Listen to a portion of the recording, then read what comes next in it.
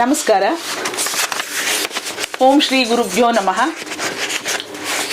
ಗುರುಗಳ ಮಹತ್ವದ ಬಗ್ಗೆ ನಮ್ಮ ದಾರ್ಶನಿಕರು, ಪೂಜ್ಯರು ಇತಿಹಾಸದಲ್ಲಿ ಮತ್ತು ಪುರಾಣದಲ್ಲಿ ಬಹಳ ತಮ್ಮ ತ್ರಿಪದಿಗಳಲ್ಲಿ, ವಚನದಲ್ಲಿ, ಕೀರ್ತನೆಗಳಲ್ಲಿ ಹೇಳಿದ್ದ ಶ್ಲೋಕಗಳಲ್ಲಿ ಹೇಳಿದ್ದಾರೆ.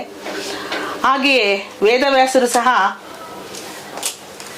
ಒಂದು ಶ್ಲೋಕದಲ್ಲಿ ಗುರು ಬ್ರಹ್ಮ, ಗುರುರ್ ವಿಷ್ಣು, ಗುರುರ್ ದೇವೋ ಮಹೇಶ್ವರ, ಗುರುರ್ ಸಾಕ್ಷಾತ್ ಪರಬ್ರಹ್ಮ, ತಸ್ಮೈ ಶ್ರೀ ಗುರವೇ ನಮಃ ಅಂತ ಹೇಳಿದ್ದಾರೆ. ಅಂದರೆ ಗುರುವೇ ಬ್ರಹ್ಮನು, ಗುರುವೇ ವಿಷ್ಣುವು, ಗುರುವೇ ದೇವ ಮಹೇಶ್ವರ, ಗುರುವೇ ಸಾಕ್ಷಾತ್ ಪರಮ ಪುರುಷನು ಅಂತ ಗುರುವಿಗೆ ನಮನವು ಅಂತ. ಇಂತಹ ಒಬ್ಬ ಗುರುಗಳ ಸ್ಮರಣೆ ಮಾಡುವ ಸಲುವಾಗಿ ಇವತ್ತು ನಾನು ಶ್ರೀಯುತ ಗುರುದೇವ್ ಸರ್ ಅವರ ಮುಖಾಮುಖಿ ಕುತ್ಕೊಂಡಿದ್ದೇನೆ. ಗುರುದೇವ್ ಸರ್ ಅವರು ಬಹಳ ಸಮಾಜಮುಖಿಯಾಗಿ ಅನೇಕ ಕ್ಷೇತ್ರಗಳಲ್ಲಿ ಕೆಲಸ ಮಾಡಿದ್ದಾರೆ. ಶೈಕ್ಷಣಿಕ ಕ್ಷೇತ್ರ, ಸಾಮಾಜಿಕ ಕ್ಷೇತ್ರ, ರಾಜಕೀಯದ ಕೆಲವರು ಪ್ರತಿನಿಧಿಗಳ ಜೊತೆಗೆ ಅವರ ಒಡನಾಟ ಇದೆ. ಏನು ಸ್ವಾಭಾವಿಕವಾಗಿ ನಡೆಯುವಂತಹ ವಿಸ್ಮಯಗಳ ಬಗ್ಗೆ, ಪ್ರಕೃತಿಯ ಒಂದು ಏನು ಸೂಚನೆ ಸಲಹೆಗಳ ಬಗ್ಗೆ ಸಹ ಅದನ್ನು ಉಳಿಸೋದ್ರ ಬಗ್ಗೆ, ಅರಿವು ಮೂಡಿಸೋದ್ರ ಬಗ್ಗೆ, ಅದನ್ನು ಶುಚಿತ್ವ ಕಾಪಾಡುವುದ್ರ ಬಗ್ಗೆ ಅನೇಕ ಸಂದೇಶಗಳನ್ನ ಅನೇಕ ನಮ್ಮ ಸೋಷಿಯಲ್ ಮೀಡಿಯಾದಲ್ಲಿ ಹಂಚ್ಕೊಂಡಿದ್ದಾರೆ. ಇಂತಹ ಮಹಾತ್ಮರನ್ನ ನಾನು ಇವತ್ತು ಭೇಟಿಯಾಗಕ್ಕೆ ಬಂದಿದ್ದೇನೆ. ಕಾರಣ ಇಷ್ಟೇ, ನಮ್ಮ ಶ್ರೀ ಹೊನಕಲ್ಲು ಮಲ್ಲೇಶ್ವರ ಕ್ಷೇತ್ರದ ಕಾಯಕ ಯೋಗಿ ಶ್ರೀ ಸಿದ್ಧಯೋಗಾನಂದ ಸ್ವಾಮೀಜಿಯವರ ಒಂದು ಸಾಕ್ಷ್ಯಚಿತ್ರ ಮಾಡ್ತಾ ಇದ್ದೇವೆ. ಅವರ ಜೀವನ ಚರಿತ್ರೆಯ ಬಗ್ಗೆ ಒಂದು ಸಾಕ್ಷ್ಯಚಿತ್ರ ಮಾಡ್ತಾ ಇದ್ದೇವೆ. ಸ್ವಾಮೀಜಿಯವರ ಬಗ್ಗೆ ಬಹಳ ಆತ್ಮೀಯತೆ ನಂಟಿದ್ದಂಥವರು ಗುರುದೇವ್ ಸರ್. ಅವರ ಸಾಕ್ಷ್ಯಚಿತ್ರವನ್ನ ಇವರ ಮೂಲಕನೇ ಪ್ರಾರಂಭ ಮಾಡಬೇಕು ಅನ್ನೋ ಒಂದು ಸಂಕಲ್ಪದೊಂದಿಗೆ ನಾನಿವತ್ತು ಗುರುದೇವ್ ಸರ್ ಅವರ ಮನೆಗೆ ಬಂದಿದ್ದೇನೆ. ಶರಣರ ಸ್ಮರಣೆ ಮರಣದಲ್ಲಿ ನೋಡ ಅಂತ ಹೇಳಿ ಒಂದು ಮಾತಿದೆ. ಅದರಂತೆ ಇವತ್ತು ಅವರು ನಮ್ಮ ಸಿದ್ಧಯೋಗಾನಂದ ಸ್ವಾಮೀಜಿಯವರ ಒಡನಾಟದ ಬಗ್ಗೆ, ಅವರ ಒಂದು ಸಮಾಜ ಸೇವೆ, ಅವ್ರು ಮಾಡ್ತಾ ಇದ್ದಂತಹ ಅನಾಥ ಮಕ್ಕಳ ಸೇವೆ, ವೃದ್ಧರ ಸೇವೆ ಬಗ್ಗೆ, ಸ್ವಾಮೀಜಿಯವರ ಬಗ್ಗೆ ಬಹಳ ಚೆನ್ನಾಗಿ ಅರಿವಿದ್ದಂಥವರು. ಅವ್ರ ಕಡೆಯಿಂದ ಪ್ರಪ್ರಥಮವಾಗಿ ನಾವು ಸ್ವಾಮೀಜಿಯವರ ಸಾಕ್ಷ್ಯಚಿತ್ರವನ್ನು ಪ್ರಾರಂಭಿಸಬೇಕು ಅನ್ನೋ ಒಂದು ಉದ್ದೇಶ ಇಟ್ಕೊಂಡು ನಾನಿವತ್ತು ಇಲ್ಲಿ ಬಂದಿದ್ದೇನೆ. ಅದರಿಂದ ಗುರುದೇವ್ ಸರ್, ತಮಗೆ ನಮಸ್ಕಾರ. ಸ್ವಾಮೀಜಿಯವರ ಬಗ್ಗೆ ತಮ್ಮ ಅಭಿಪ್ರಾಯ, ಫಸ್ಟ್ ನಿಮ್ಮ ಒಂದು ಪರಿಚಯ ಮಾಡಿಕೊಂಡು ನಂತರ ಸ್ವಾಮೀಜಿಗೂ ನಿಮ್ಗೂ ಹೇಗೆ ಪರಿಚಯ, ಹೇಗೆ ಸ್ವಾಮೀಜಿ ನಿಮ್ದು ಒಡನಾಟ, ಅವ್ರ ಬಗ್ಗೆ ನಿಮ್ಮ ಅನಿಸಿಕೆಗಳ ಅಭಿಪ್ರಾಯಗಳನ್ನ ನೀವು ತಿಳಿಸ್ಬೇಕು ಅಂತೇಳಿ ನಾನು ಈ ಮೂಲಕ ಕೇಳ್ಕೊಳ್ತೇವೆ. ಒಂದೇನಂತಂದ್ರೆ, ನಾವು ಅವ್ರ ಭಕ್ತರಾದ್ಮೇಲೆ ಅವರ ಇತಿಹಾಸವನ್ನ ನಮ್ಮ ಮುಂದಿನ ಪೀಳಿಗೆಗೆ ತಿಳಿಸೋದು ಅವ್ರ ಭಕ್ತರಾದಂತಹ ನಮ್ಮ ಕರ್ತವ್ಯ ಆಗಿರುತ್ತೆ. ಮುಂದಿನ ಪೀಳಿಗೆಗೆ ನಮ್ಮ ಸ್ವಾಮೀಜಿಯವ್ರಿಗೆ ಏನೇನಲ್ಲಿ ಹೊನಕಲ್ಲು ಕ್ಷೇತ್ರದಲ್ಲಿ ಅಭಿವೃದ್ಧಿ ಮಾಡಿದ್ರು, ಹೇಗೆ ಸೇವೆ ಮಾಡಿದ್ರು, ಹೇಗೆ ಅವ್ರಿಗೆ ಸಾಮಾಜಿಕ ಕಳಕಳಿ ಇತ್ತು, ಯಾವ ರೀತಿ ಅವ್ರ ಸಮಾಜಕ್ಕೆ ಸಂದೇಶ ಕೊಟ್ಟರು, ಏನು ಅವರು ಆರೋಗ್ಯದ ಬಗ್ಗೆ ಅವರು ಏನು ಔಷಧಿ ಉಪಚಾರಗಳನ್ನ ಅಲ್ಲಿ ಅಕ್ಕಪಕ್ಕ ಜನಗಳಿಗೆ ಮಾಡಿ ಏನು ನಮ್ಮ ಸಮಾಜಕ್ಕೆ ಕೊಡುಗೆ ಕೊಟ್ಟಿದ್ದಾರೆ, ಅದ್ರ ಬಗ್ಗೆ ಎಲ್ಲ ತಮಗೆ ಗೊತ್ತಿದೆ.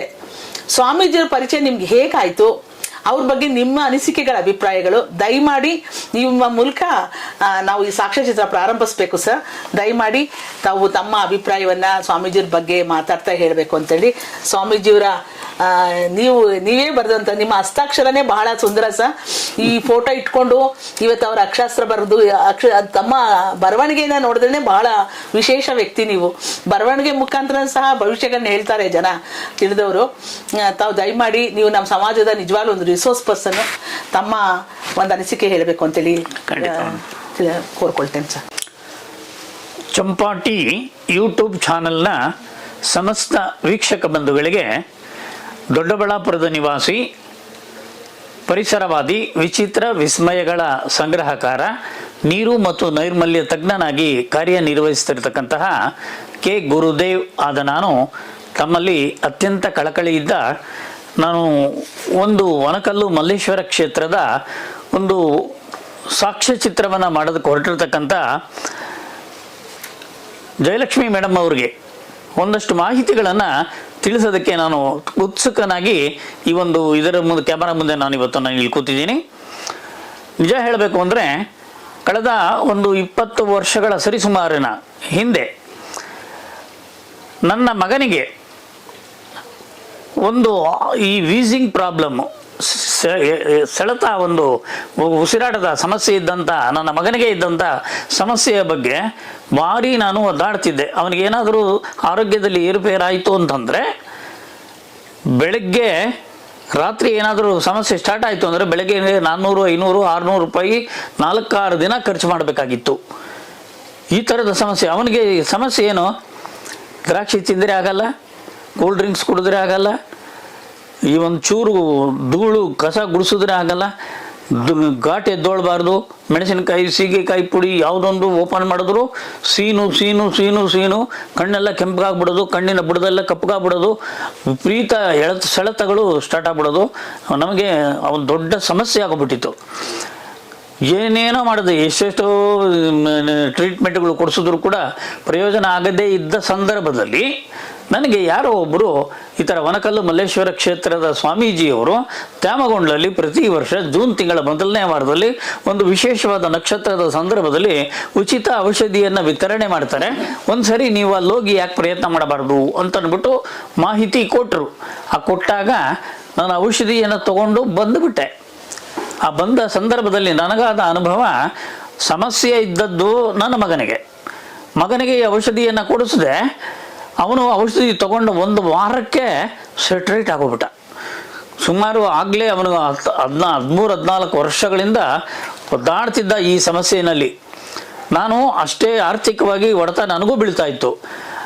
ಸ್ವಾಮೀಜಿಯವರ ಹತ್ರ ಈ ಔಷಧಿ ಕೊಡಿಸಿದ 1 ವಾರಕ್ಕೆ ಸಂಪೂರ್ಣ ಗುಣಮುಖನಾಗೋಗ್ಬಿಟ್ಟ. ಮಳೆಯಲ್ಲಿ, ಧಾರಾಕಾರವಾದ ಮಳೆಯಲ್ಲಿ ನೆಂದು ಬಂದರು, ಏನೇ ಕೂಲ್ ಡ್ರಿಂಕ್ಸ್ ಕುಡಿದ್ರು, ಯಾವುದೇ ಹಣ್ಣು ಅವನಿಗಾಗದೇ ಇರತಕ್ಕಂಥ ಅಲರ್ಜಿ ಇರೋ ಯಾವುದೇ ಹಣ್ಣು ಹಂಬಲು ತಿಂದ್ರೂ ಏನು ವ್ಯತ್ಯಾಸ ಆಗಿದ್ದು ಕಾಣಲೇ ಇಲ್ಲ. ಇವತ್ತು ಕೂಡ ಹಾಗೇ ಇದ್ದಾನೆ. ಒಂದೇ ಒಂದು ಸರಿ ತೊಗೊಂಡಿದ್ದವನು, ಒಂದೇ ಒಂದು ಸಾರಿ. ನಾನು ಅವನಿಗೆ ಒಂದೇ ಒಂದು ಸಾರಿ ಕೊಡಿಸಿ 2ನೇ ಸಾರಿಗೆ ಬಾರೋ ಅಂದರೆ ನಾನೇನಕ್ಕೆ ಬರಲಿ, ನನಗೆ ಸಂಪೂರ್ಣ ಗುಣ ಆಗಿದೆ, ನಾನೇನು ತಗೊಂಡ್ಲಿಲ್ಲ. ಅವನು ಅಲ್ಗೂ ಒತ್ತಾಯ ಮಾಡಿ 1 ಸರಿನೋ 2 ಸರಿನೋ ಕರ್ಕೊಂಡೋಗಿ ಅವನಿಗೆ ಕೊಡಿಸಿದಷ್ಟೇ. ಆದರೆ ಕಳೆದ 20 ವರ್ಷಗಳಿಂದ ನಿರಂತರವಾಗಿ ನಾನು ಪ್ರತಿ ವರ್ಷ ಔಷಧಿ ವಿತರಣಾ ಕಾರ್ಯಕ್ರಮದಲ್ಲಿ ಮುಖ್ಯ ಅತಿಥಿಯಾಗಿ ಈಗಲೂ ಹೋಗ್ತಾನೇ ಇದ್ದೀನಿ. ಪ್ರತಿ ವರ್ಷ ನಾನು ತಗೋತಾನೇ ಇದ್ದೀನಿ. ನನಗೇನು ಸಮಸ್ಯೆ ಇಲ್ಲ. ಸಮಸ್ಯೆ ಇಲ್ದಿದ್ರು ನಾನು ತಗೊಳ್ತಾ ಬಂದಿದ್ದು ಹಿನ್ನೆಲೆ ಏನು ಅಂತಂದರೆ, ಮಗನಿಗೆ ಕರ್ಕೊಂಡೋಗಿ ತೋರಿಸಿದಾಗ ಸ್ವಾಮೀಜಿ ಹೇಳಿದ್ರು, ಮಗನಿಗೆ ಔಷಧಿ ಕೊಟ್ಟಾದ್ಮೇಲೆ 2 ಗುಳಿಗೆ ನನ್ನ ಕೈಗೆ ಕೊಟ್ಟರು. ಸ್ವಾಮೀಜಿ ಕೊಟ್ಟಿದ್ದೀನಿ ಮಗನಿಗೆ ಅಂದೆ. ಅದು ನಿಮ್ಮ ಮಗನಿಗಾಯಿತು, ಇದು ನೀವು ತಗೊಳ್ಳಿ ಅಂದರು. ಸಮಸ್ಯೆ ಮಗನಿಗಿರೋದು, ನನಗಲ್ಲ ಸ್ವಾಮೀಜಿ, ನನಗೇನಕ್ಕೆ ಅಂತಂದೆ. ನೀವು ಆ ಮಾತ್ರೆಯನ್ನು ನುಂಗ್ಬಿಡಿ, ನಂತರ ಬನ್ನಿ ನಾನು ಹೇಳ್ತೀನಿ ಅಂದರು. ನನಗೇನು ಚರ್ಚೆ ಮಾಡಲೇ ಇಲ್ಲ.